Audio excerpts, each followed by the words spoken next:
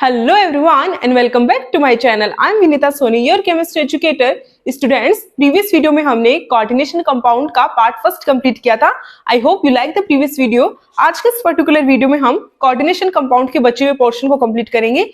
आज का हमारा ये सेशन बहुत ही ज्यादा इंपॉर्टेंट एंड इंटरेस्टिंग होने वाला है बिकॉज आज हम जितने भी टॉपिक्स पर डिस्कशन करेंगे एग्जाम के पॉइंट ऑफ व्यू से वो सारे टॉपिक ही बहुत ज्यादा इंपॉर्टेंट है. तो डोंट मिस द वीडियो. आज का हमारा सबसे पहला टॉपिक है VBT, that means valence bond theory. As you know कि वीबीटी थ्योरी पॉलिंग के द्वारा इंट्रोड्यूस की गई थी. So according to VBT theory, जब कोई मेटल किसी लिगेंड के कांटेक्ट में आते हैं तो मेटल के पास वैकेंट डी ऑर्बिटल्स होते हैं और लिगेंड के पास फील्ड ऑर्बिटल्स होते हैं. तो मेटल के वैकेंट डी ऑर्बिटल्स और लिगेंड के फील्ड ऑर्बिटल आपस में ओवरलैपिंग कर लेते हैं और एक कोऑर्डिनेशन बॉन्ड का फॉर्मेशन करते हैं. अब बात यहां पर यह आती है कि मेटल के ऑर्बिटल्स कौन कौन से हो सकते हैं. एज यू नो, देखो यहां पर आप एक चीज ध्यान रखना कि कोऑर्डिनेशन कंपाउंड में जहां पर हम मेटल आयन का नाम लेते हैं ये कौन से मेटल होती है. तो स्पेशली मेटल्स होती हैं 3D मेटल्स या फिर 4D मेटल्स. सबसे ज्यादा तो आप 3D मेटल्स को देखेंगे. यहाँ पे 3D का मतलब होता है जो डी ब्लॉक के एलिमेंट्स उनमें जो थर्ड सीरीज की थर्ड पीरियड की जो मेटल्स होते हैं हम 3D मेटल्स कहते हैं. फॉर एग्जांपल जैसे scandium, titanium, vanadium, chromium, manganese, iron, cobalt, nickel, copper, zinc etcetera. So generally अगर हम डी ब्लॉक एलिमेंट्स का इलेक्ट्रॉनिक कॉन्फ़िगरेशन देखना चाहे तो वो क्या हो सकता है कि सबसे पहले तो 3D, देन 4s के बाद में आता है 4p ऑर्बिटल, 4d ऑर्बिटल्स. अब देखो यहां पर ये जो 3D ऑर्बिटल है ये तो क्या है, इनर डी ऑर्बिटल है. और यहां पर ये जो 4d ऑर्बिटल है ये आउटर डी ऑर्बिटल है. अब ये तो किसके ऑर्बिटल्स हैं, मेटल्स के. अब इस मेटल के कांटेक्ट में जब कोई लिगेंड आएगा तो लिगेंड के फील्ड ऑर्बिटल मेटल के वैकेंट ऑर्बिटल इस लिगेंड के फील्ड ऑर्बिटल के साथ ओवरलैपिंग करेंगे. क्वेश्चन ये आता है कि यहां पर मेटल के पास तो दो टाइप के ऑर्बिटल्स है, एक तो इनर डी ऑर्बिटल्स है, एक आउटर डी ऑर्बिटल्स है. तो यहां पर 3D 4s 4p orbitals overlapping participate करेंगे या फिर 4s 4p 4d यानी इनर ऑर्बिटल पार्टिसिपेट करेंगे या फिर आउटर ऑर्बिटल पार्टिसिपेट करेंगे. ये सारी चीजें डिपेंड करती हैं इस लिगेंड पर. सो ओवरऑल हम ये कह सकते हैं कि अकॉर्डिंग टू वीबीटी थ्योरी जब कोई लिगेंड किसी मेटल के कांटेक्ट में आता है तो लिगेंड के इन्फ्लुएंस में आकर, प्रभाव में आकर मेटल अपने 3D 4s 4p या फिर 4s 4p 4d orbitals overlapping में इन्वॉल्व करके एक हाइब्रिडाइज्ड ऑर्बिटल का फॉर्मेशन करती है. तो मेटल के ऑर्बिटल्स में present number of unpaired electrons and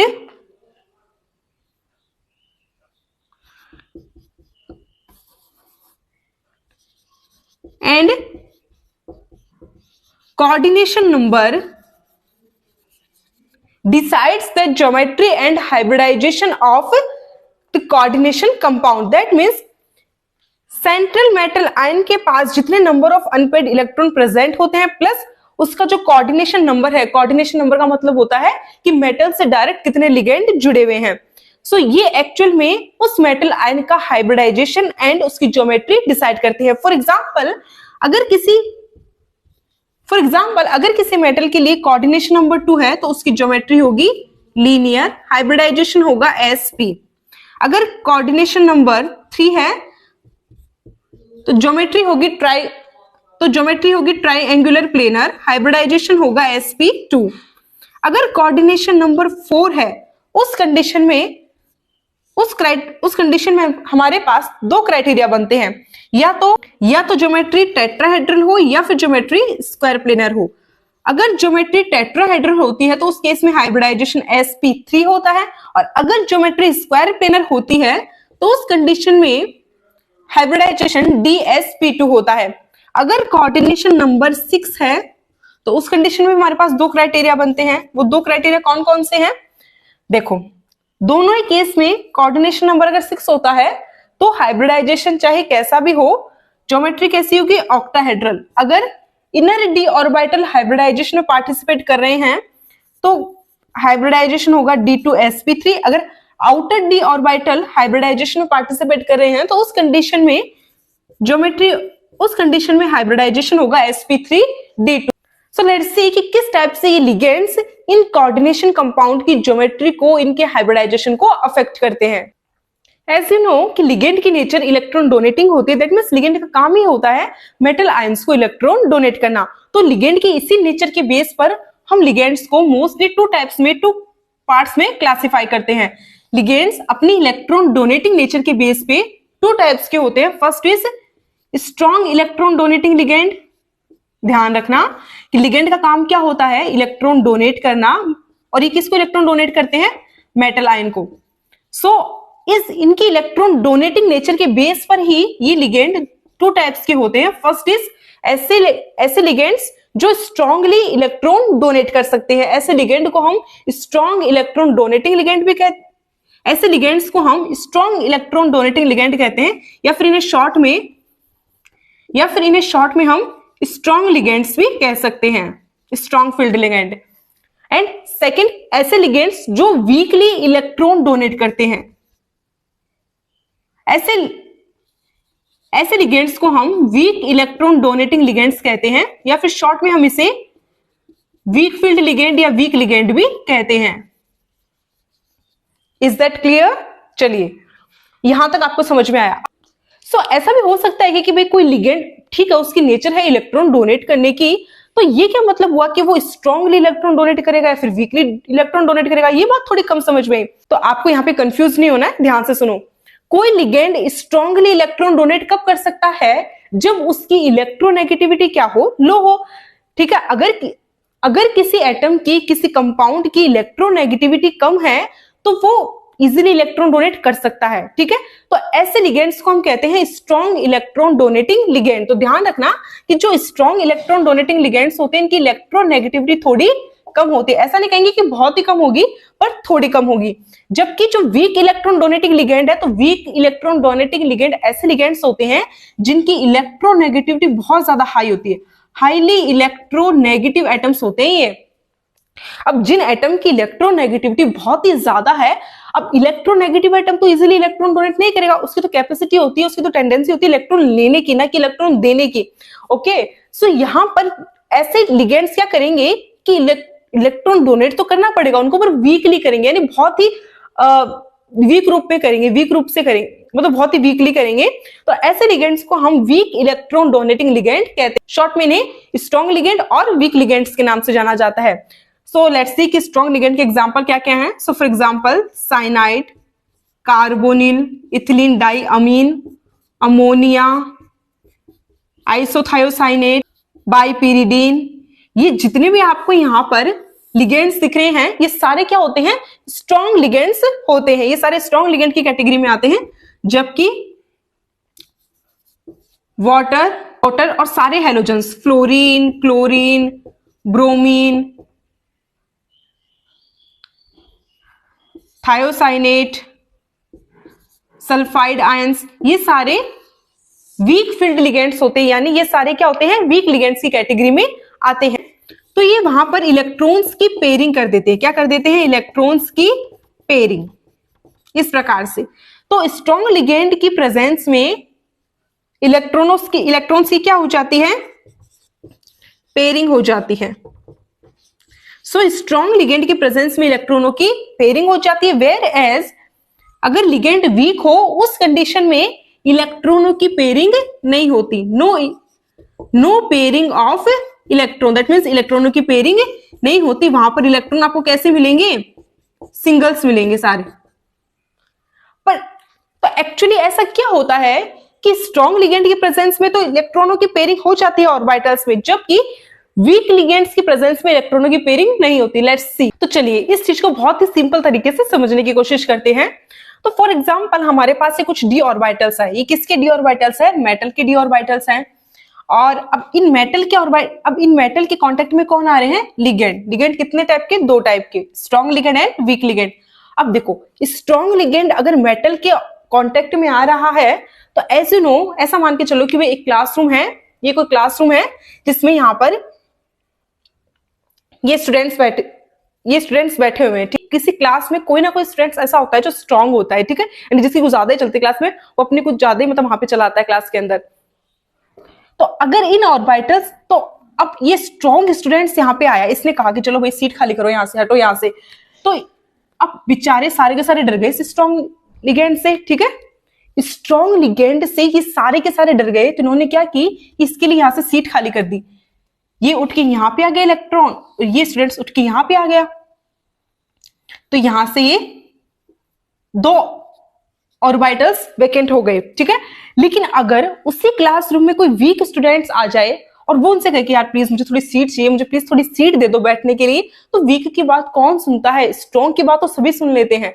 strong आया, देखो सभी ने अपनी सीट खाली कर दी और इस स्ट्रॉन्ग को अपने आप ही सीट मिल गई यहाँ पे, ठीक है ना, लिगेंड को आने के लिए।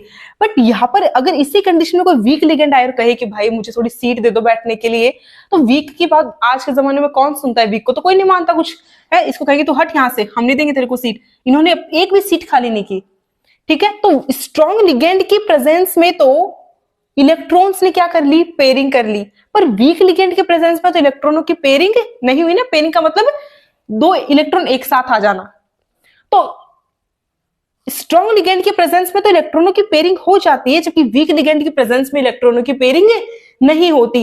अब ये तो हमने यहाँ पर जस्ट आपको समझाने के तरीके से मैंने इसको सिंपल में रिप्रेजेंट किया था। इसका एक्चुअल रीजन क्या है? इसका एक्चुअल रीजन ये होता है कि क्योंकि वहां पर डेल ओ की वैल्यू क्या होती है, हाई होती है, जबकि वीक लिगेंड की प्रेजेंस में डेल ओ की वैल्यू कम होती है। अब ये डेल ओ क्या है, चलिए देखते हैं। हमें बोलते रहते हैं ना कि मेटल आयन के कांटेक्ट में जब कोई लिगेंड आता है तो होता क्या है एक्चुअल में। जब मेटल के कांटेक्ट में कोई लिगेंड आता है तो लिगेंड के प्रभाव से ये जो डी ऑर्बिटल्स हैं ये दो पार्ट्स में डिवाइड हो जाते हैं, यानी इन डी ऑर्बिटल्स की स्प्लिटिंग हो जाती है। डी ऑर्बिटल्स की स्प्लिटिंग कब होती है? जब डी ऑर्बिटल के कांटेक्ट में कौन आ रहा है, कोई लिगेंड आ रहा है। तो जैसे ही किसी मेटल के कांटेक्ट में कोई लिगेंड आता है तो मेटल के डी ऑर्बिटल्स की स्प्लिटिंग हो जाती है। किस किस में?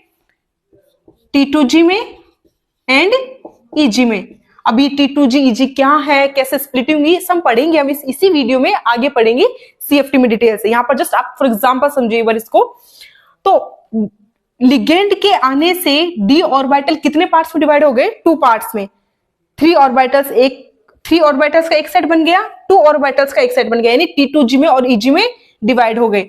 सो T2G और EG ऑर्बिटल्स, इनके बीच के गैप को हम क्या बोलते हैं, डेल ओ, ठीक है। EG और T2G इनके बीच की जो डिस्टेंस होती है इसे हम क्या बोलते हैं, डेल ओ से रिप्रेजेंट करते हैं।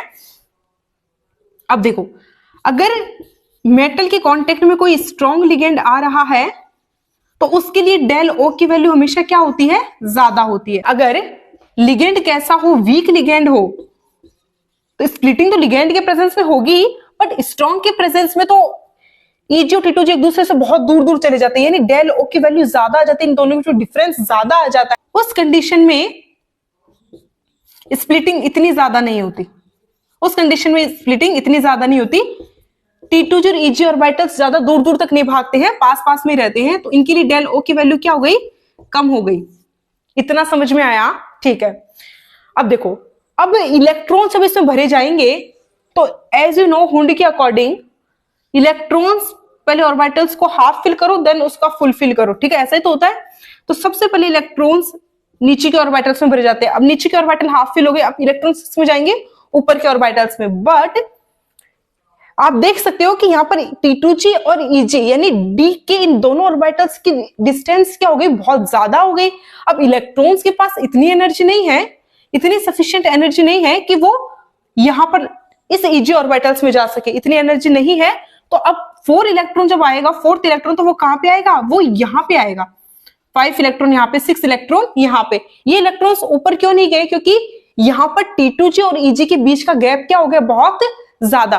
तो जब T2G ऑर्बिटल और EG ऑर्बिटल के बीच का गैप बहुत ज्यादा हो जाता है, यानी डेल ओ बहुत ज्यादा हो जाता है, उस कंडीशन में इलेक्ट्रॉनों के पास इतनी एनर्जी नहीं होती कि ये ऊपर वाले ऑर्बिटल्स में हाई एनर्जी लेवल पे जा सके।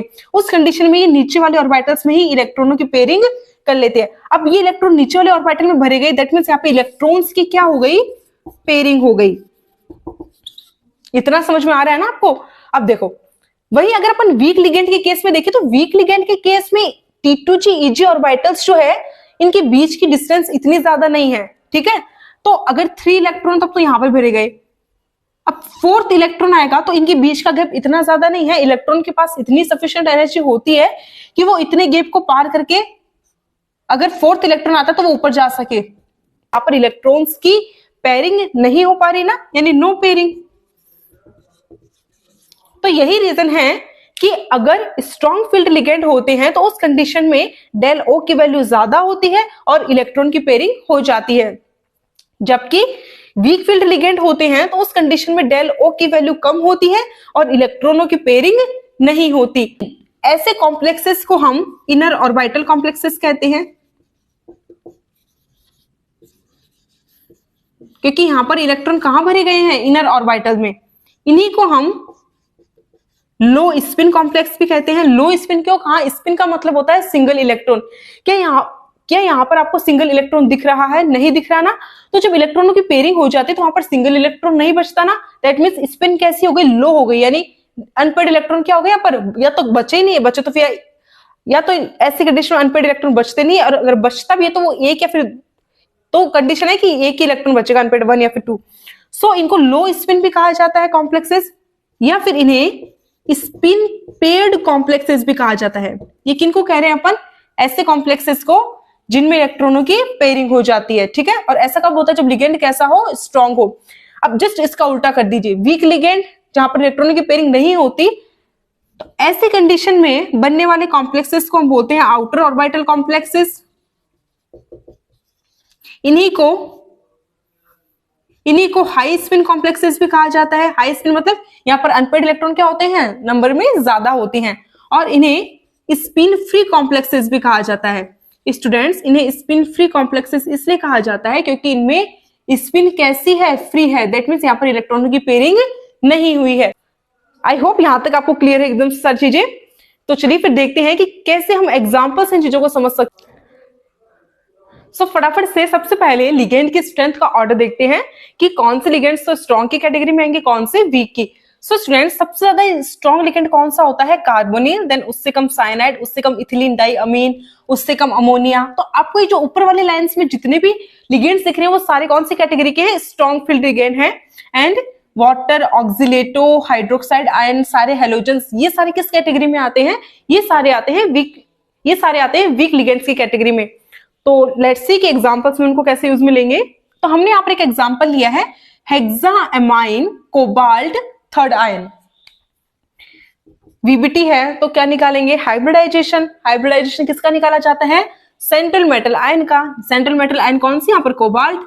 कोबाल्ट का एटॉमिक नंबर 27 होता है और इसका इलेक्ट्रॉनिक कॉन्फ़िगरेशन होता है, देखो इसका इलेक्ट्रॉनिक कॉन्फ़िगरेशन होता है 4s2 3d7। बट यहां पर कोबाल्ट की ऑक्सीडेशन स्टेट कितनी है? +3। एज यू नो कि अगर कॉम्प्लेक्स में न्यूट्रल लिगेंड हो तो उस कंडीशन में जो कॉम्प्लेक्स पे चार्ज होता है वही उस मेटल आयन की क्या होती है? Oxidation state. तो यहाँ पर कोबाल्ट की ऑक्सीडेशन स्टेट कितनी है? +3, यानी यहां से आप +3 इलेक्ट्रॉन कम कर दो। अब इलेक्ट्रॉन अगर अपन चाहे इलेक्ट्रॉन डालो ऑर्बिटल में, चाहे इलेक्ट्रॉन को बाहर निकालो, ये काम कहां से होता है? हमेशा आउटर ऑर्बिटल से होता है। यहाँ पर आउटर ऑर्बिटल कौन सा है? 4s। तो सबसे पहले 2 इलेक्ट्रॉन यहां से निकालो और 1 इलेक्ट्रॉन यहां से। तो 4s में 0 इलेक्ट्रॉन हो गए और 3d में 6 इलेक्ट्रॉन्स हो गए, क्योंकि हमने 3 इलेक्ट्रॉन्स रिमूव कर लिए। रीजन? क्योंकि कोबाल्ट की ऑक्सीडेशन स्टेट क्या है? +3 का मतलब यहां से 3 इलेक्ट्रॉन गायब कर दो। अब बनाते हैं इसका ऑर्बिटल डायग्राम। तो सबसे पहले 3d का बनाते हैं, 1 2 3 4 5।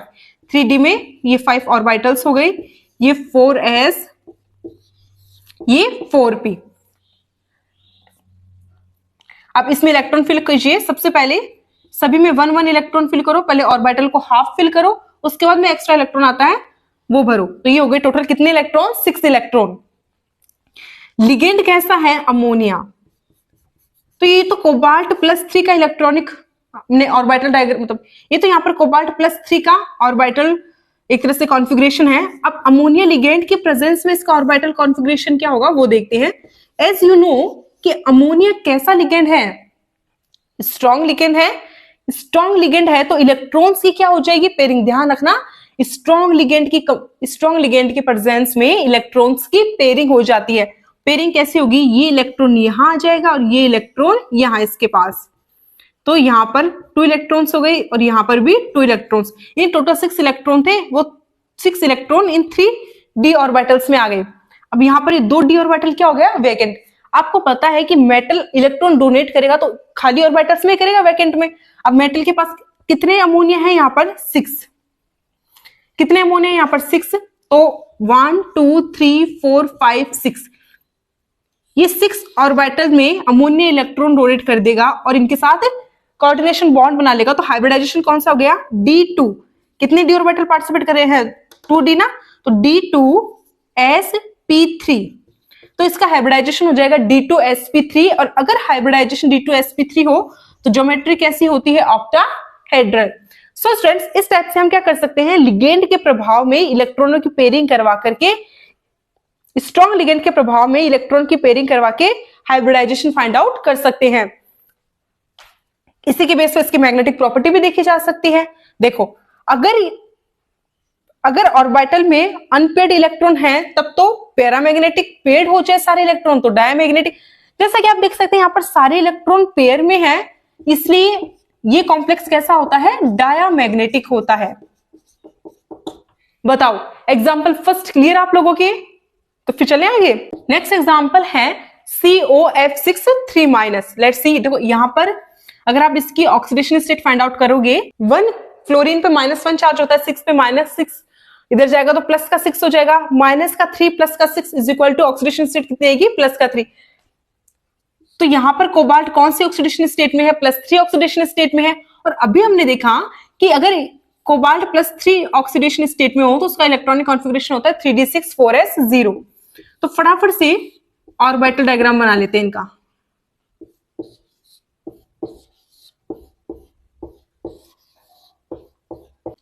इलेक्ट्रॉन्स फिल करते हैं, तो 1 2 3 4 5 6, ये 3d है, ये 4s 4p एंड 4t।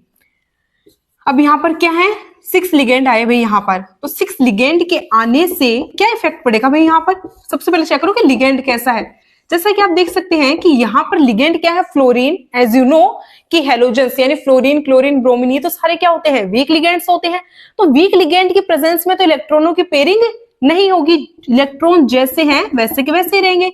अब ये 6 फ्लोरीन कहाँ पे है फिर भाई, जहां वैकेंट ऑर्बिटल वहां जाओ, तो 1 2 3 4 5 6, ये 6 फ्लोरीन कहाँ पे आएंगे, यहां पर अपने इलेक्ट्रॉन डोनेट करके कोऑर्डिनेशन बॉन्ड बनाएंगे। यहां पर बॉन्ड बनाने में इन्होंने कौन कौन से ऑर्बिटल को यूज में लिया, 1s को, 3p को और 2d ऑर्बिटल को। तो इनका हाइब्रिडाइजेशन क्या हो जाएगा, sp3d2। और sp3d2 हाइब्रिडाइजेशन हो तो ज्योमेट्री कैसी, ऑक्टाहेड्रल।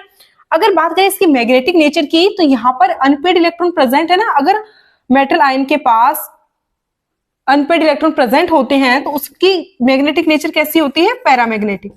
अगर सिंगल इलेक्ट्रॉन है तब तो पैरामैग्नेटिक, और अगर सारे इलेक्ट्रॉन ही पेड है, एक भी सिंगल इलेक्ट्रॉन प्रेजेंट नहीं है, तब कैसे, डायमैग्नेटिक। तो ये होती है COF6 3- की हाइब्रिडाइजेशन। अब यहाँ पर इलेक्ट्रॉनों की पेयरिंग क्यों नहीं हुई, क्योंकि लिगेंड कैसा था, वीक फील्ड था। तो स्टूडेंट्स, अब तो आपको समझ में आ गया होगा कि स्ट्रॉन्ग फील्ड लिगेंड है तो इलेक्ट्रॉन की पेयरिंग करवा दो, और पेयरिंग करवाओगे तो हमेशा कौन सा ऑर्बिटल बनेगा, इनर ऑर्बिटल कॉम्प्लेक्स बनेगा। जबकि जब आप वीक फील्ड लिगेंड लेते हो तो पेयरिंग नहीं होती, तो आपको कौन सा ऑर्बिटल काम में लेने पड़ते हैं, आउटर ऑर्बिटल्स ना।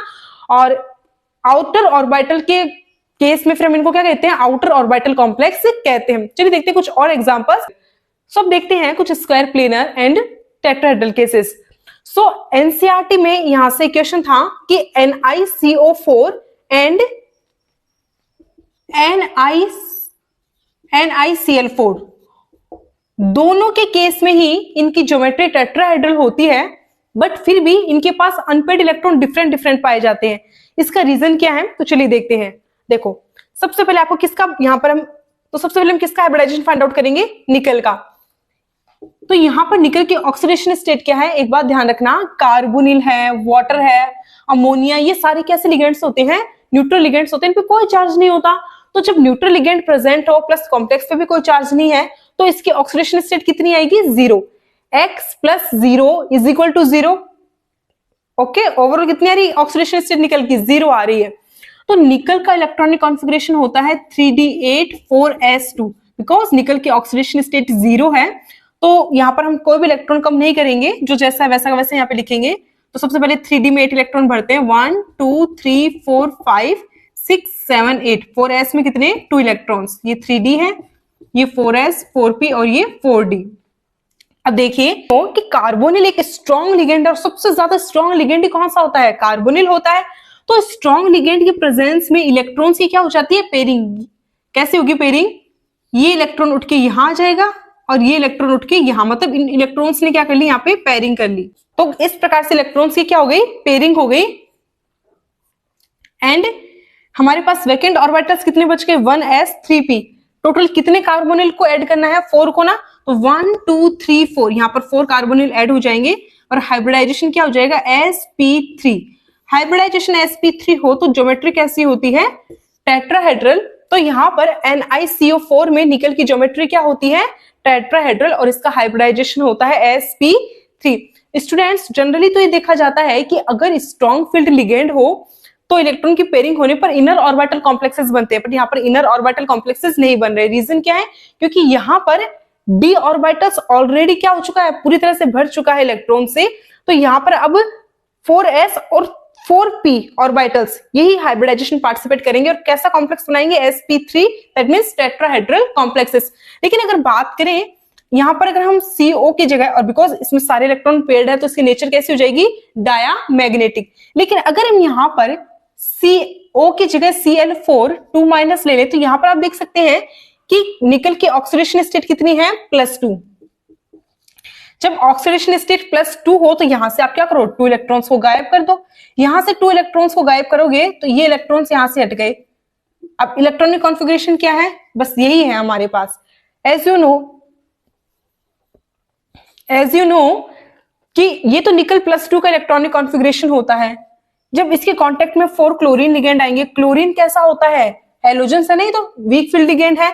तो वीक लिगेंड्स हैं तो इलेक्ट्रॉनों की पेयरिंग नहीं होगी, जो इलेक्ट्रॉन जैसे हैं वो वैसे के वैसे ही रहेंगे। अब अगर क्लोरीन को जुड़ना है तो वो यहाँ के जुड़ो।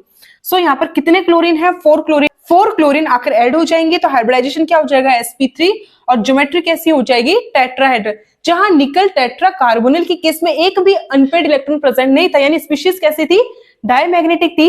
वहीं पर NiCl4 2-, इसका भी हाइब्रिडाइजेशन sp3 ही है, ज्योमेट्री टेट्राहेड्रल ही है, यानी सेम NiCO4 की जैसी। बट दोनों में डिफरेंस क्या है, वहां पर एक भी अनपेड इलेक्ट्रॉन नहीं था, सारे पेड इलेक्ट्रॉन थे, यानी डायमैग्नेटिक स्पीशीज थी। जबकि यहां पर 1 2 3 अनपेड इलेक्ट्रॉन प्रेजेंट है, तो ये कैसी स्पीशीज हो गई, पैरामैग्नेटिक। अगर मेटल आयन के पास एक भी अनपेड इलेक्ट्रॉन होता है ना, तो वो स्पीशीज कैसी होती है, पैरामैग्नेटिक। यहाँ पर तो कितने अनपेड इलेक्ट्रॉन्स है, 3 अनपेड इलेक्ट्रॉन्स है ना।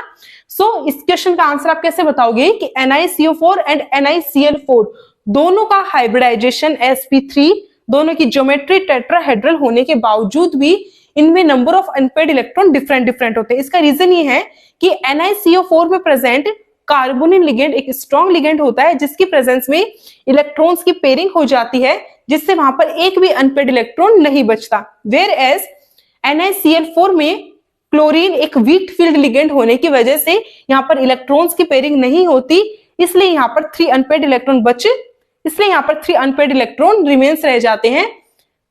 तो यही इसका रीजन है। आई होप आप इसको बहुत अच्छे से समझ पा रहे हैं। सो ये तो general examples. So square planar complexes में, टेट्राहेड्रल में, ऑक्टाहेड्रल्स में हमने क्या किया, यहाँ पर स्ट्रॉन्ग लिगेंड, वीक फील्ड, हमने इन तीनों में strong and weak field ligands की कैटेगरी डिवाइड कर ली, देख ली कि कैसे इलेक्ट्रॉन की पेयरिंग हो रही है, कैसे इलेक्ट्रॉन की पेयरिंग नहीं हो रही, कैसे इनर ऑर्बिटल कॉम्प्लेक्स बन रहे हैं, कैसे आउटर ऑर्बिटल कॉम्प्लेक्स बन रहे हैं। लेकिन एक बात बताओ कि अगर स्ट्रॉन्ग फील्ड लिगेंड प्रेजेंट है तो क्या कंपलसरी है कि वहां पर इलेक्ट्रॉनों की पेयरिंग होगी ही?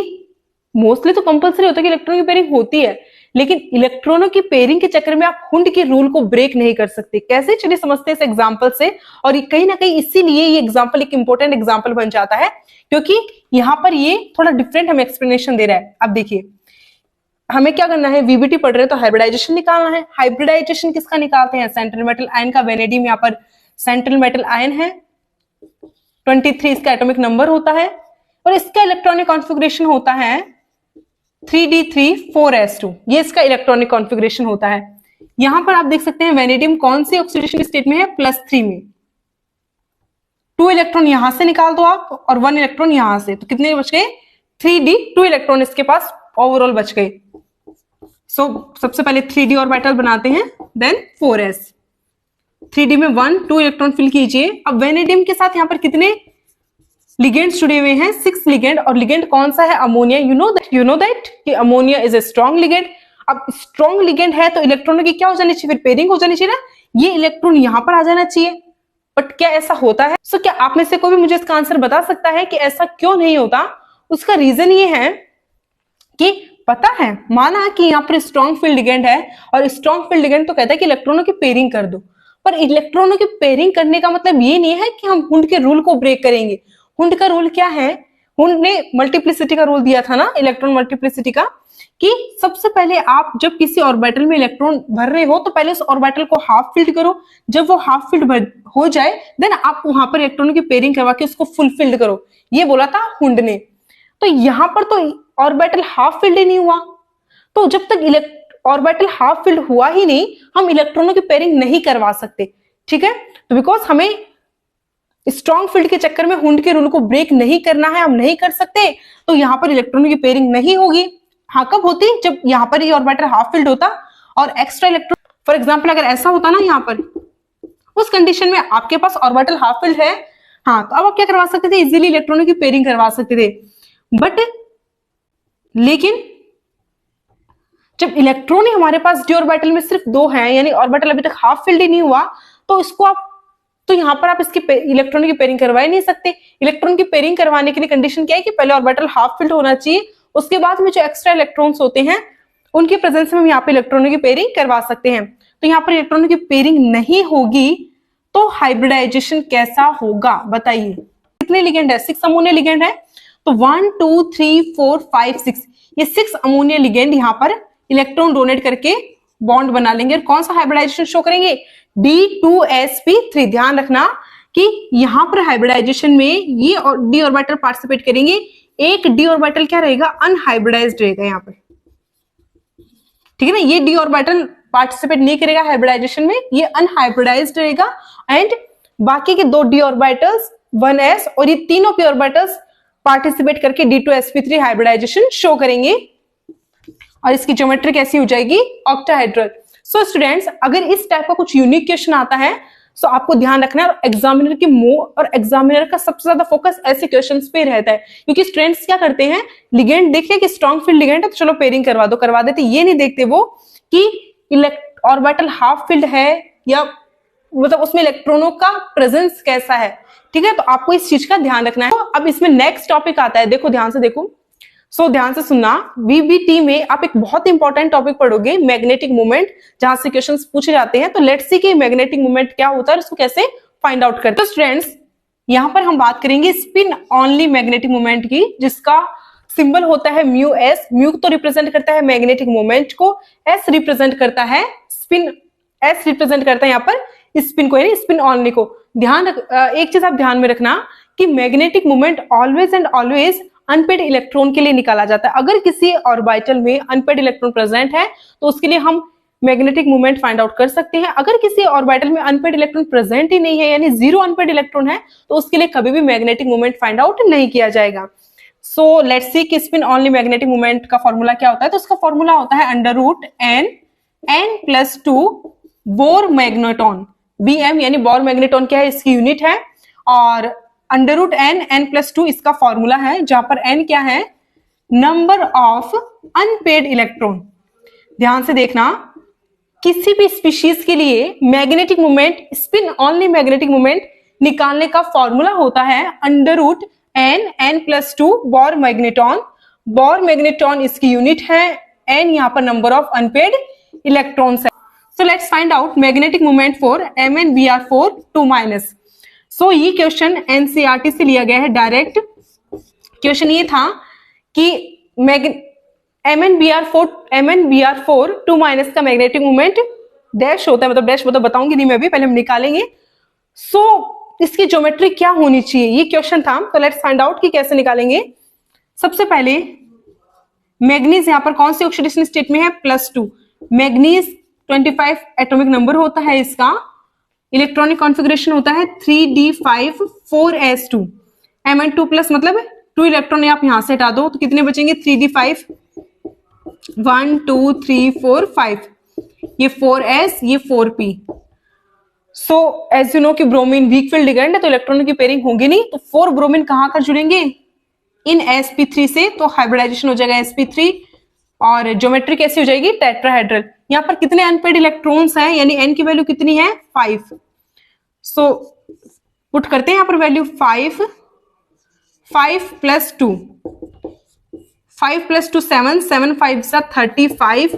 सो अब 35 का अंडर रूट आपको याद रखने की जरूरत नहीं है, 36 का आपको पता होता है कि 36 का अंडर रूट होता है 6, ठीक है। 36 का अंडर रूट क्या होता है, 6 होता है ना, 6 6 36। तो 35 मतलब एक तो नंबर कम है, तो मतलब कुछ पॉइंट्स का ही फर्क है। तो अगर यहाँ पर 36 होता तो आंसर होता 6, लेकिन 35 है तो आप 6 से थोड़ा कम कर दो ना, ऑलमोस्ट कितना कम, 5.89 के समथिंग। हम ऐसा कह सकते हैं कि 5.89 या 90 के आसपास होता है इसका मैग्नेटिक मोमेंट। तो बस जितने अनपेड इलेक्ट्रॉन हैं उनको n की जगह रखो और आप इजीली क्या निकाल सकते हो, उसका मैग्नेटिक मोमेंट कैलकुलेट कर सकते हो। तो यहाँ पर MnBr4 के लिए मैग्नेटिक मोमेंट क्या गया, 5.89 बोर मैग्नेटॉन। क्वेश्चन ये था कि इसका मैग्नेटिक मोमेंट 5.89 बोर मैग्नेटॉन होता है, बताइए कि इसका हाइब्रिडाइजेशन क्या होगा। तो 5.89 का मतलब कितने अनपेड इलेक्ट्रॉन है, यहाँ पर 5 अनपेड इलेक्ट्रॉन है ना। तो जब 5 अनपेड इलेक्ट्रॉन हो तो आप 4 ब्रोमीन को कहां ऐड करोगे, ब्रोमीन वीक फील्ड लिगेंड है, पेयरिंग तो होगी नहीं, तो ये कहां जाएंगे, sp3 में जाएंगे ना, तो हाइब्रिडाइजेशन sp3 हो जाएगा, ज्योमेट्री टेट्राहेड्रल हो जाएगी। स्टूडेंट्स इसी के साथ हमने वीबीटी थ्योरी यहाँ पे कंप्लीट कर ली है। आई होप ये देखने के बाद में आप यहाँ से सारे क्वेश्चन को बहुत ही इजीली सॉल्व कर पाएंगे। अब बात करते हैं हमारे नेक्स्ट टॉपिक पे, which is CFT crystal field theory. तो what is the crystal field theory, देखिए अभी हमने थोड़ी देर पहले देखा था कि जब लिगेंड मेटल के कांटेक्ट में आता है तो मेटल के डी ऑर्बिटल्स की स्प्लिटिंग हो जाती है। दैट मींस लिगेंड के प्रभाव में आकर मेटल के डी ऑर्बिटल्स दो पार्ट्स में डिवाइड हो जाते हैं। First is T2g orbital, second is EG orbital, यानी 5 ऑर्बिटल दो सेट में डिवाइड हो गए, 3 ऑर्बिटल यानी T2g ऑर्बिटल के सेट में, 2 ऑर्बिटल यानी EG ऑर्बिटल के सेट में। तो ऐसा क्या हुआ कि लिगेंड के आने से डी ऑर्बिटल्स की स्प्लिटिंग हो गई, यानी डी ऑर्बिटल्स दो अलग अलग भागों में डिवाइड हो गए, बट गए। तो एक्चुअल में ऐसा होता क्या है, लेट्स सी। सबसे पहले इसको समझते हैं ऑक्टाहेड्रल के कॉन्सेप्ट से। एज यू नो कि ऑक्टाहेड्रल में सेंटर में एक मेटल आयन होती है और उससे 6 लिगेंड उसके चारों तरफ जुड़े हुए होते हैं। मेटल के पास भी इलेक्ट्रॉन्स होते हैं, लिगेंड के पास भी इलेक्ट्रॉन्स होते हैं। तो मेटल के इलेक्ट्रॉन और लिगेंड के इलेक्ट्रॉन ये एक दूसरे को क्या करते हैं, रिपेल करते हैं। क्या कर रहे हैं ये, रिपेल। रिपेल का मतलब प्रतिकर्षित। तो जब मेटल से चारों तरफ लिगेंड जुड़े हुए रहते हैं तो मेटल के इलेक्ट्रॉन और लिगेंड के इलेक्ट्रॉन एक दूसरे को रिपेल करते हैं, प्रतिकर्षित करते हैं, यानी एक दूसरे को दूर भगाते हैं। एज यू नो कि मेटल में 5 डी ऑर्बिटल्स होते हैं, dxy, dyz, dzx। ये तो क्या हो जाएगा, dx² y², ये dz²। dx² y² और dz², ये तो लिगेंड की तरफ होते हैं, यानी टुवर्ड्स द लिगेंड। और dxy yz zx ये लिगेंड अप्रोचिंग पाथ में होते हैं, कि dx² y² dz², ये तो लिगेंड के पास होते हैं, यानी लिगेंड के एक्सिस पर, अलोंग द एक्सिस होते हैं। और ये जो dxy yz zx है ना, ये लिगेंड से थोड़ी दूर है ना, एक्सिस पे थोड़ी दूर होते हैं ये। तो अब लिगेंड के ज्यादा पास कौन से ऑर्बिटल, मेटल के dx² y² dz², because ligand के पास इलेक्ट्रॉन्स, मेटल के पास इलेक्ट्रॉन्स, दोनों एक दूसरे को रिपेल करेंगे, प्रतिकर्षित करेंगे। तो ये लिगेंड क्या करेगा, इन मेटल के ऑर्बिटल्स को स्प्लिट कर देगा, दो भागों में डिवाइड कर देगा।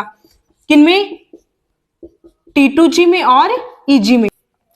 बिकॉज dx² y² dz² ये ऑर्बिटल्स लिगेंड के पास होते हैं, तो लिगेंड इनको सबसे ज्यादा रिपेल करेगा, जिसकी वजह से ये तो हायर एनर्जी लेवल पे चले जाएंगे, तो चले गए ना हायर एनर्जी लेवल पे, ये तो हायर एनर्जी लेवल पे चले जाते हैं। एंड dxy dyz dzx ये कम रिपेल होने के कारण, यानी कम प्रतिकर्षित होने के कारण लोअर एनर्जी लेवल पे आ जाते हैं। किससे, इस डी ऑर्बिटल से। ये तो हायर एनर्जी लेवल पे चले गए और ये लो एनर्जी लेवल पे आ गए, और इसको बोलते हैं बेरी सेंटर, यानी यहां पर कोई स्प्लिटिंग नहीं होती, no splitting. E G orbital D orbital से कितने हायर एनर्जी लेवल पे गए, तो इनकी एनर्जी होती है प्लस 0.6 डेल ओ।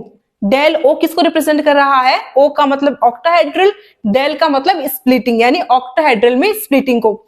तो ईजी ऑर्बिटल डी ऑर्बिटल से कितने हायर एनर्जी लेवल पे चले जाते हैं, प्लस 0.6 डेल ओ, यानी इतने दैट मीन्स इतनी एनर्जी हाई लेवल पे चले जाते हैं ईजी ऑर्बिटल्स। और T2 जी ऑर्बिटल कितने एनर्जी, और T2 जी ऑर्बिटल डी ऑर्बिटल से कितने एनर्जी नीचे आ जाते हैं, तो इनकी एनर्जी होती है माइनस 0.4 डेल ओ। आप इसको प्लस 0.6 डेल ओ भी कह सकते हो, या फिर 6 DQ भी कह सकते हो, एंड इसे आप -4 DQ भी कह सकते हो। जनरली सही तो ये होगा कि आप ये प्लस 0.6 वाला याद रखें, यहाँ पे माइनस 0.4। देखो यहाँ पर 0.6 और 0.4 क्या है, value of energy, plus minus represent कर रहे हैं इंक्रीमेंट और डिक्रीमेंट इन एनर्जी। सो इस यहाँ पर ये जो आपको डायग्राम दिख रहा है, इससे overall splitting in octahedral complexes कहा जाता है। और इसी कॉन्सेप्ट को ही, और बिकॉज यहाँ पर लिगेंड के आने से डी ऑर्बिटल्स की स्प्लिटिंग हो गई, तो इसे क्रिस्टल फील्ड स्प्लिटिंग भी कहा जाता है। यही है CFT थ्योरी। सो ये तो किस में है, ऑक्टाहेड्रल कॉम्प्लेक्सेस में है। ध्यान रखना, ऑक्टाहेड्रल कॉम्प्लेक्सेस में T2G नीचे होते हैं और EG ऑर्बिटल ऊपर होते हैं। EG की एनर्जी 0.6 होती है, T2G की -0.4 होती है। लेट्स सी कि टेट्राहेड्रल में स्प्लिटिंग कैसे होती है। तो देखो होते हैं, तो ऑक्टाहेड्रल का जस्ट अपोजिट डायग्राम बनाना है आपको टेट्राहेड्रल के केस में। दैट मीन्स EG तो नीचे और T2G ऊपर, तो यहां पर हम इसको T2G नहीं बोल के, टेट्राहेड्रल के केस में EG को तो E बोला जाता है, T2G को सिर्फ T बोला जाता है। तो टेट्राहेड्रल के केस में 3 ऑर्बिटल ऊपर और 2 ऑर्बिटल नीचे। हमने क्या किया, जस्ट उल्टा कर दिया किसका, ऑक्टाहेड्रल का। ऑक्टाहेड्रल में क्या था स्प्लिटिंग में कि T2 नीचे था, EG ऊपर था। टेट्राहेड्रल में क्या कर दिया, जस्ट उल्टा कर दो, E को नीचे, EG को नीचे कर दो, T2G को ऊपर कर दो। सो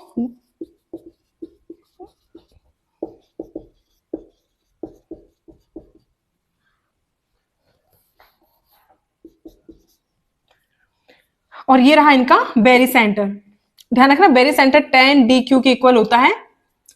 अब यहां पर किसकी एनर्जी ज्यादा हो गई, T2 की ना एनर्जी ज्यादा हो गई, तो कितनी एनर्जी ज्यादा हुई, प्लस 0.4, और यहां पर कितनी एनर्जी कम हुई, -0.6, यानी जस्ट आपको उल्टा करना है। तो स्टूडेंट्स, हमने ऑक्टाहेड्रल में और टेट्राहेड्रल दोनों में क्रिस्टल फील्ड स्प्लिटिंग देख ली कि कैसे ऑर्बिटल, कैसे लिगेंड के प्रेजेंस में डी ऑर्बिटल्स की स्प्लिटिंग हो रही है।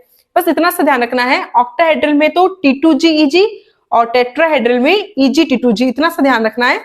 सो इन्हीं के बेस पर हम फाइंड आउट करेंगे इनकी CFSE, that means crystal field stabilisation. What is the crystal field stabilisation energy, that means CFSE। ध्यान से सुनना कि जब हम क्रिस्टल फील्ड स्प्लिटिंग में, यहां पर हम ऑक्टाहेड्रल केस की बात कर रहे हैं, तो क्रिस्टल फील्ड स्प्लिटिंग में जब हम लोअर एनर्जी वाले ऑर्बिटल्स, फॉर एग्जांपल यहाँ पर T2G क्या है, लोअर एनर्जी ऑर्बिटल है ना, किसके केस में, ऑक्टाहेड्रल के केस में T2G लोअर एनर्जी लेवल पे होते हैं। तो जब हम लोअर एनर्जी लेवल पर इलेक्ट्रॉन फिल करते हैं, इलेक्ट्रॉन भरते हैं, तो इलेक्ट्रॉन फिल करने के दौरान जो एनर्जी रिलीज होती है उसे क्रिस्टल फील्ड स्टेबलाइजेशन एनर्जी कहा जाता है। और बच्चा बताओ कि ये एनर्जी किसके इक्वल होती है, -0.4 डेल ओ के। किसके इक्वल होती है, -0.4 डेल ओ के इक्वल होती है। सो यहां पर हमने एक इलेक्ट्रॉन भरा, तो एक इलेक्ट्रॉन भरने के लिए, तो एक इलेक्ट्रॉन फिल करने पर कितनी एनर्जी रिलीज हुई, -0.4 डेल ओ, इतनी एनर्जी रिलीज हुई। अगर हम यहां पर 2 इलेक्ट्रॉन भरते तो कितनी एनर्जी रिलीज होती, -0.4 डेल ओ मल्टीप्लाई 2। एक इलेक्ट्रॉन भरने पर इतनी एनर्जी रिलीज होती है, तो 2 इलेक्ट्रॉन भरने पर कितनी हो जाएगी, -0.8 del O. Is that clear? So let's see कि टेट्राहेड्रल एंड ऑक्टाहेड्रल की केसेस में CFSE की वैल्यू कैसे फाइंड आउट कर सकते हैं। स्टूडेंट्स, ऑक्टाहेड्रल के केस में CFS इज इक्वल टू होता है -0.4 multiply T2G electrons plus 0.6 multiply EG electron plus MP क्या है, number of paired electron which is caused by strong ligand. तो अगर स्ट्रॉन्ग लिगेंड हो, इलेक्ट्रॉनों की पेयरिंग हो जाए तो कितने इलेक्ट्रॉन्स ने पेयरिंग की है वो यहाँ पर हम शो करते हैं। सो लेट्स सी, हमारे पास एक कॉम्प्लेक्स है जिसका इलेक्ट्रॉनिक कॉन्फ़िगरेशन D4 है। कॉम्प्लेक्स कैसा है, लो स्पिन। लो स्पिन कब होता है स्टूडेंट्स, जब लिगेंड्स कैसे हो, स्ट्रॉन्ग फील्ड हो। तो EG और T2G के बीच का गैप ज्यादा होगा ना, तो इलेक्ट्रॉन पहले लोअर एनर्जी लेवल पे भरे जाएंगे, ठीक है, कुछ इस प्रकार से। So let's find out CFSE। तो -0.4 कितने इलेक्ट्रॉन्स है T2G में, 4 प्लस 0.6 मल्टीप्लाई EG में कितने इलेक्ट्रॉन है, 0, यानी कुछ भी इलेक्ट्रॉन्स नहीं है। तो -0.4 मल्टीप्लाई 4 इज इक्वल टू -1.6। तो यहां पर D4 लो स्पिन के केस में CFSE की वैल्यू क्या आ जाएगी, -1.6। बिकॉज यहाँ पे स्ट्रॉन्ग लिगेंड था, मतलब कॉम्प्लेक्स लो स्पिन था, तो इलेक्ट्रॉनों की पेयरिंग हुई, कितने इलेक्ट्रॉन्स ने पेयरिंग की, 1 ने ना, तो यहाँ पे 1 क्या आ जाएगा, P। सो ऐसे ही हम D5 लो स्पिन के केस में भी देख सकते हैं। अगर D5 लो स्पिन हो तो मैं आपको यहीं पे बता देती हूँ इसको। D5 का मतलब हो गया कि एक इलेक्ट्रॉन और आ गया है यहाँ पे। लो स्पिन है मतलब आपको पेयरिंग, आपको ऊपर हायर लेवल पे जाना ही नहीं है, नीचे वाले लेवल्स पे करवानी है। तो ये भी कैसे हो जाएगी, -0.4 मल्टीप्लाई कितने इलेक्ट्रॉन्स हो गए यहाँ पर, 1 2 3 4 5, और EG में कितने हैं, 0, तो ये हो जाएगा -2.0 तो यहाँ पर ओवरऑल कितना आ जाएगा, -2.0 डेल ओ। कितने इलेक्ट्रॉन्स की पेयरिंग हो गई, 1 और 1 2 की हो गई ना, तो 2p। और अगर कॉम्प्लेक्स टेट्राहेड्रल हो तो उस कंडीशन में आप CFSE को कैलकुलेट कर सकते हो इस फॉर्मूले की हेल्प से। बस एक चीज ध्यान में रखनी है आपको, हमने यहाँ पर 4/9 डेल ओ क्यों यूज में लिया है। देखो, ऑक्टाहेड्रल में स्प्लिटिंग होती है तो ऑक्टाहेड्रल में स्प्लिटिंग ज्यादा होती है, टेट्राहेड्रल में स्प्लिटिंग कम होती है। कितनी कम होती है, तो ध्यान रखना, del T is equal to 4/9 del O. तो यहां पर डेल टी की जगह हमने क्या रख दी, इसकी वैल्यू रख दी 4/9 डेल ओ। सो स्टूडेंट्स, इसी के साथ आप CFT से रिलेटेड जितने भी क्वेश्चन हैं इस तरीके से सॉल्व कर सकते हैं। CFT में जितने मेन चीजें थी, जितने भी मेन कॉन्सेप्ट थे वो हमने यहाँ पे देख ली है। तो आज का हमारा लास्ट टॉपिक देखते हैं, colour of the coordination compound. Students, कोई कंपाउंड कलर कब शो करता है, लेट्स सी। जब किसी कंपाउंड के पास अनपेड इलेक्ट्रॉन प्रेजेंट होते हैं तो वो अनपेड इलेक्ट्रॉन एनर्जी पाकर ग्राउंड स्टेट से एक्साइटेड स्टेट में चले जाते हैं, यानी हायर एनर्जी लेवल पे चले जाते हैं, जिसे हम एक्साइटेशन ऑफ इलेक्ट्रॉन्स भी कहते हैं, इसे प्रमोशन ऑफ इलेक्ट्रॉन्स भी कहा जाता है, और इसे ट्रांजिशंस भी कहा जाता है इलेक्ट्रॉनों का। अगर हम बात करें डी इलेक्ट्रॉन्स में एनर्जी लेकर ग्राउंड स्टेट से एक्साइटेड स्टेट में चला गया, तो इस टाइप के ट्रांजिशन को हम डी ट्रांजिशन कहते हैं। ओके, तो जब इलेक्ट्रॉन ग्राउंड स्टेट से एक्साइटेड स्टेट में जाता है तो ये कुछ वेवलेंथ को विजिबल रीजन से, कौन से रीजन से, विजिबल रीजन से, तो वो विजिबल रीजन से कुछ वेवलेंथ को एब्जॉर्ब करता है, ठीक है। तो इलेक्ट्रॉन जब ग्राउंड स्टेट से एक्साइटेड स्टेट में जा रहा है उस दौरान वो कुछ वेवलेंथ की लाइट को एब्जॉर्ब करता है। वो जिस कलर की लाइट को एब्जॉर्ब करता है जस्ट उसका कॉम्प्लीमेंट्री कलर हमें दिखाई देता है, यानी वो उसका जस्ट कॉम्प्लीमेंट्री कलर शो करता है। फॉर एग्जाम्पल, अगर ये इलेक्ट्रॉन ऑरेंज कलर की लाइट को एब्जॉर्ब कर रहा है तो हमें ब्लू कलर दिखाई देगा इस कंपाउंड का। सो आपने इसके लिए ऑरेंज का कॉम्प्लीमेंट्री कलर ब्लू होता है, तो इसको कैसे याद करना है, तो आप शॉर्ट फॉर्म याद रखो विबग्योर। आपने सुना होगा प्रीवियस क्लासेस में विबग्योर। ये कलर्स को याद करने की ट्रिक होती है, विबग्योर ऐसे याद करो। टाइटेनियम हेक्सा एक्वा 3+ आयन, ये कंपाउंड जो है ये वॉयलेट कलर का होता है। रीजन क्या है, क्योंकि इसमें क्या पाया जाता है, डी ट्रांजिशन। तो let's see some examples of coloured compound. So titanium hexa aqua complex, इसका कलर पर्पल होता है, यानी वॉयलेट कलर, पर्पल कलर होता है। कोबाल्ट हेक्सा एक्वा 2+ कंपाउंड का पिंक कलर होता है। कॉपर +2 कंपाउंड का ब्लू कलर होता है। कुछ कंपाउंड्स हैं जो इंपॉर्टेंट है, इनके कलर आपको पता होने चाहिए। अब देखो यहां पर देखिए, निकल हेक्सा एक्वा निकल +2 आयन, इसका कलर कैसा होता है, ग्रीन कलर, ठीक है। जब निकल वाटर के साथ जुड़ा हुआ रहता है तब तो उसका कलर कैसा होता है, ग्रीन। जब ये अमोनिया के साथ यानी अमोनिया लिगेंड के साथ जुड़ जाता है तो इसका कलर ग्रीन से किस में चेंज हो जाता है, ब्लू में, बिकॉज हेक्सा अमाइन निकल +2 आयन का कलर कैसा होता है, ब्लू। लेकिन अगर इस कंपाउंड में या फिर इस कंपाउंड में अगर हम इथिलीन डाई अमीन ऐड कर देते हैं, यानी वाटर या अमोनिया की जगह अगर इथिलीन डाई अमीन आ जाता है तो इसका कलर कैसा हो जाता है, वॉयलेट कलर हो जाता है। तो ओवरऑल स्टूडेंट्स आप इतना ध्यान रखिए, अगर किसी मेटल के साथ लिगेंड अटैच्ड है तो वो कंपाउंड 100% कलर शो करेगा ड्यू टू स्प्लिटिंग या फिर डीडी ट्रांजिशंस। और डीडी ट्रांजिशन सबसे ज्यादा किसमें होगा, जहां अनपेड इलेक्ट्रॉन प्रेजेंट है, जहां पर इलेक्ट्रॉन का एक्साइटेशन ज्यादा है वहां पर डीडी ट्रांजिशन ज्यादा, और वहां पर वो कंपाउंड एक इंटेंस कलर शो करेगा। सो स्टूडेंट्स, इसी के साथ आज हमने जितने भी इंपॉर्टेंट कंसेप्ट थे कोऑर्डिनेशन के वो सारे देख लिए हैं। आई होप ये वीडियो देखने के बाद में आपको सारे कंसेप्ट और सारे क्वेश्चंस अच्छे समझ में आ जाएंगे। इसी के साथ आज के लिए बस इतना ही। कल हम फिर मिलेंगे एक और इंटरेस्टिंग वीडियोस के साथ। तब तक के लिए thanks for watching my video. Thank you so much.